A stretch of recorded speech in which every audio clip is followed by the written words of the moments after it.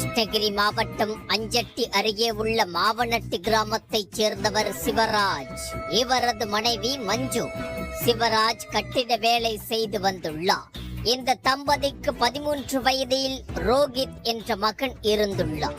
அந்த பகுதியில் உள்ள பள்ளியில் ரோஹித் 8ஆம் வகுப்பு படித்து வந்துள்ளார்.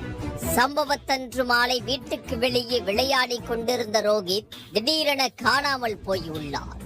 இரவு ஆன பிறகும் சிறுவன் வீட்டுக்கு வராததால் சந்தேகமடைந்த பெற்றோர் ஊர் முழுவதும் தேடி இருக்கிறார்கள். அப்போதுதான் அதே ஊரைச் சேர்ந்த 2 இளைஞர்கள் ரோஹித்தை காரில் அழைத்துச் சென்றது தெரிய வந்துள்ளது.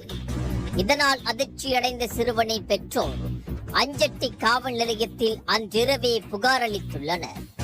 ஆனால் அந்த புகாரை காவல் ஆய்வாளர் அலட்சியப்படுத்தியதாக சொல்லப்படுகிறது. விடிந்தது விசாரணை நடத்தி கொள்ளலாம் என அவர் மெத்தனமாக பேசியதாக கூறப்படுகிறது. காவல் நிலையத்தில் புகார் அளித்தும் உடனடி நடவடிக்கை எடுக்கவில்லையே என கொதித்து போன ரோஹித்தின் பெற்றோரும் உறவினர்களும் அடுத்த நாள் காலை அஞ்சட்டி சாலையில் மறியல் செய்திருக்கிறார்கள். காணாமல் போன சிறுவனை உடனே மீட்டு தர வேண்டும் என்று கோரிக்கை வைத்தனர். அங்கிருந்த ஒவ்வொருவருக்குள்ளும் சிறுவனுக்கு என்ன ஆனது, எங்கே இருக்கிறான் போன்ற கேள்வியும், புகார் கொடுத்ததும் உடனே நடவடிக்கை எடுக்கவில்லையே என்ற ஆதங்கமும் தான் அதிகமாக இருந்தது. போராட்டம் ஒருபுறம் நடந்து கொண்டிருந்த போதே போலீசார் விசாரணையை தொடங்கி இருக்கிறார்கள். அதில்தான் கடத்தப்பட்ட ரோஹித் தேன்கனிக்கோட்டை சாலையில் உள்ள திருமுடுக்கு கீழ்ப்பள்ளம் அருகே சடலமாக கிடக்கிறான் என்று தெரிய வந்துள்ளது. 4 மணிக்கு காணாமல் போயிட்டான் சார். பையன் போய் ஸ்டேஷனில் கம்ப்ளைண்ட் கொடுத்தாச்சு. ஸ்டேஷனில் எந்த ஒரு ஆக்ஷனும் எடுக்கல. காலைல வாங்க மேடமும் கொஞ்சம் கேவலமாக வார்த்தைங்கள்லாம் விட்டுக்கிறாங்க. காலைல வாங்கன்ட்டு அதுக்கப்புறம் காலைல போனோம், ஒன்றும் ரியாக்ஷன் இல்லை சார். எங்களுக்கு எந்த ஒரு இது கொடுக்கல, ரெஸ்பான்ஸும் கொடுக்கல. அதுக்கப்புறம் நாங்கள் இங்கே பஸ் ஸ்டாண்ட் வந்து போராட்டம் பண்ணோம்னா டிஜிபி வந்தார். டிஜிபி வந்து ஒன்றும் எதுவும் எடுக்கலை. அதுக்கப்புறம் யாரோ ஒருத்தர் வந்து சொன்னார், பாடி அங்கே விழுந்துருக்கு, அடித்து கொண்டுட்டு இருக்காங்கன்னு சொல்லிட்டு நாங்கள் அங்கே போனோம் சார். அதுக்கப்புறம் அங்கே போயும் போலீஸு யாரும் வரல. போலீஸ் 1 மணி நேரம் கழிச்சு தான் வந்தாங்க. அங்கேயும் அங்கே வந்து பாடியை தூக்கிட்டு போகிறதுக்கு யாரும் விடல. இங்கே திரும்பவும் இப்போ அஞ்சட்டில் எல்லாம் வந்து போராட்டம் பண்ணிட்டுக்கிறாங்க. அவங்க மேடம் வரணும்னு.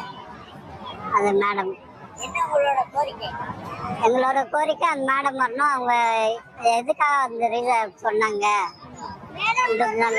அவங்க உங்கள் பையன் பெரிய கோடீஸ்வரனா 2 கோடி 3 கோடி இருக்கு, நல்லா வார்த்தை விட்டுக்கிறாங்க. நாங்கள் ஏழைப்பட்டவங்க, நாங்கள் இல்லாதவங்க. இப்போ போலீஸ் ஸ்டேஷனில் தான் போய் கம்ப்ளைண்ட் கொடுக்க முடியும்.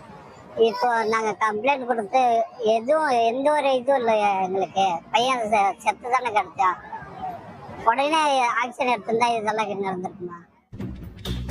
எது நடந்துவிடக் கூடாது என ஒட்டுமொத்த ஊர்க்காரர்களும் நினைத்தார்களோ, அந்த பயங்கரம் நடந்து விட்டதை அறிந்ததும் கொதித்து போயிருக்கிறார்கள்.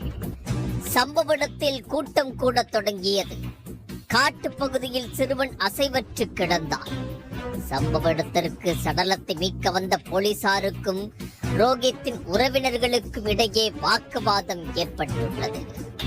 சடலத்தை உடற்கூராய்வுக்கு அனுப்பாமல் அஞ்சட்டி பேருந்து நிலையத்தில் வைத்து போராட்டத்தில் ஈடுபட்டிருக்கிறார்கள். காவல்துறையின் மெத்தனப்போக்கு காரணமாக தான் இந்த கொலையின் முயற்சிகள் நிறைய ஈடுபட்டே இருக்குது. எப்பவுமே வந்து ஒரு கம்ப்ளைண்ட் கொடுத்தா அதை வந்து கண்ணும் கருத்துமா எடுக்கக்கூடிய அரசாங்கமாக இருக்கணும் சார். ஆனால் பார்த்தீங்கன்னா வந்து கம்ப்ளைண்ட் கொடுத்தா ஏதோ ஒரு யதார்த்தமான சூழ்நிலை தான் உருவாக்கிட்டு இருக்கிறாங்க.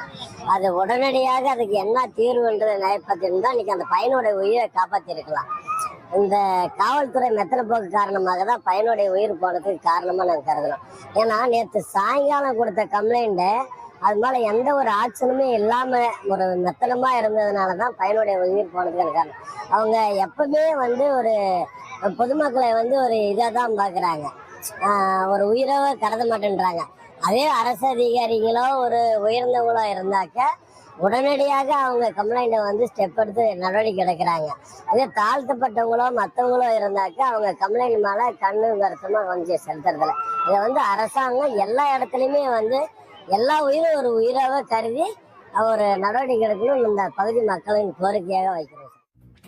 கிருஷ்ணகிரி மாவட்ட காவல் கண்காணிப்பாளர் தங்கதுரை போராட்டக்காரர்களிடம் பேச்சுவார்த்தை நடத்தியுள்ளார். ஆனால் சடலத்தை தர மறுத்த ரோகித்தின் உறவினர்கள் புகார் கொடுத்த உடனே நடவடிக்கை எடுத்திருந்தால் சிறுவன் கொல்லப்பட்டிருக்க மாட்டான் என்றும் மெத்தனமாக செயல்பட்ட காவல் ஆய்வாளர் பங்கஜத்தையும் உதவி ஆய்வாளரையும் பணிநீக்கம் செய்ய வேண்டும் என்றும் குற்றவாளிகளை உடனடியாக கைது செய்து தக்க தண்டனை வாங்கித் தர வேண்டும் என்றும் கோரிக்கை வைத்து போராட்டத்தை தொடர்ந்திருக்கிறார்கள். நடக்கக்கூடாது. 3 பேர் காரணம். 2 பொண்ணு ஒரு பையன். அவங்கள நடு ரோட்ல நிக்க வச்சு நீங்க தண்டனை கொடுத்தா நாங்க அதிகமா கொடுக்கணும். இந்த இதோ கடைசியா கொடுத்தோம். அந்த இன்ஸ்பெக்டர் அந்த மாவனாட்டிக்கு அஞ்சாட்டிக்கு அன்னைக்கு வந்தாங்களா அன்னில இருந்து எங்க ஊர்ல 3 கொலை நடந்துருக்கு. ஆனா அவங்க எந்த ஒரு நடவடிக்கையும் எடுக்க கிடையாது. லஞ்சம் வாங்குறாங்க. லஞ்சம் வாங்குறாங்க. அவ்வளவுதான். நமக்கு லஞ்சம். அந்த அம்மால வந்து அடிக்கணும். இல்ல எவகிட்ட ஒப்படைக்க நாங்க என்ன தண்டனை அதை நாங்க கொடுக்கிறோம். அவ்வளவுதான். பையனுக்கு நியாயம் வேணும், நீதி வேணும். இல்லன்னா போலீஸ் ஸ்டேஷன் ஏறிக்கிறதுக்கு டைம் மாட்டோம். கள்ளக்குறிச்சியில் நடந்த மாதிரி பஸ் ஏறிக்கவங்க எல்லாமே ஏறிச்சு தான் விடுவாங்க. நியாயம் வேணும், நீதி வேணும். தப்பு பண்றவங்க இதே லாஸ்டா இருக்கட்டும். எஸ்ஐஎம் இங்க வரணும். எஸ்ஐஎம் இங்க வரணும். ஏன் இது வரல வந்து ஏன் அவன் ஸ்பாட்டுக்கு வரல? எதனால வரல? அப்படி லஞ்சம் வாங்கிக்கிறேன். நீ உன்னோட இது அவங்களோட சப்போர்ட் இருக்குனால தான் அவங்க தம்சன் போறாங்க. 2 லட்சம் வாங்குறாங்க. எதுக்கு வரல? ஸ்பாட்டுக்கு என்ன வரல? ஏன் நீ வரல? உங்க வீட்ல ஒரு 10 மாதிரி நடந்தா நீங்க விட்டுருப்பீங்களா? உரிய விசாரணை நடத்துவதாக காவல் கண்காணிப்பாளர் தங்கதுரை வாக்குறுதி அளித்ததை தொடர்ந்து போராட்டம் கைவிடப்பட்டுள்ளது.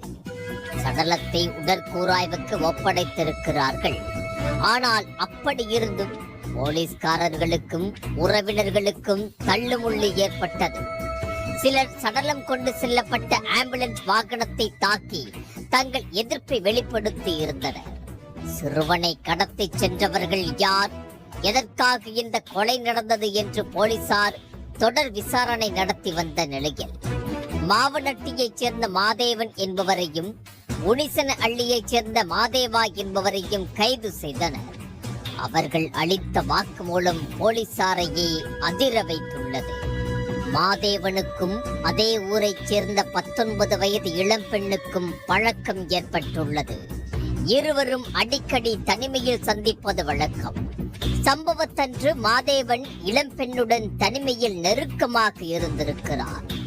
இதை சிறுவன் ரோகித் பார்த்துள்ளார். இந்த அந்தரங்க விஷயத்தை ரோகித் ஊரில் யாரிடமாவது சொல்லிவிடுவானோ என்று மாதேவன் பயந்திருக்கிறார். இதனால் தனக்கும் இளம்பெண்ணுக்கும் ஏற்பட போகும் அவமானம் அவர் கண் முன்னே வந்து போயிருக்கிறது. தனது நண்பரான மாதேவாவிடம் நடந்ததை கூறியுள்ளார். மூவரும் கலந்து பேசியதில் ரோகித்தை கடத்தி காட்டுக்குள் அழைத்து சென்று கொன்று விடலாம் என முடிவு செய்யப்பட்டுள்ளது. சம்பவத்தன்று சிறுவன் விளையாடிக் கொண்டிருந்த போது அங்கு வந்த இளம்பெண், மாதேவன், மாதேவா ஆகிய 3 பேரும் ரோகித்துக்கு தின்பண்டங்கள் வாங்கி கொடுத்து காரில் கடத்தி இருக்கிறார்கள்.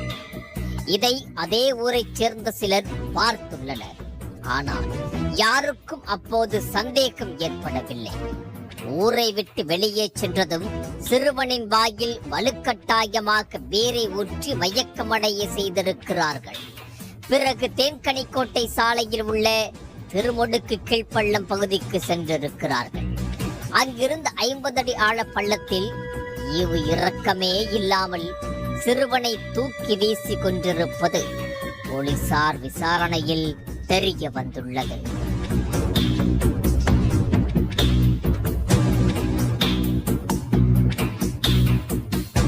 இச்சம்பவம் தொடர்பாக கொலை வழக்கு பதிவு செய்த போலீசார் இளம்பெண், மாதேவன், மாதேவா ஆகிய 3 பேரையும் கைது செய்து இச்சம்பவத்தில் வேறு யாருக்கேனும் தொடர்பு இருக்கிறதா என்ற கோணத்தில் விசாரணை நடத்தி வருகின்றனர்.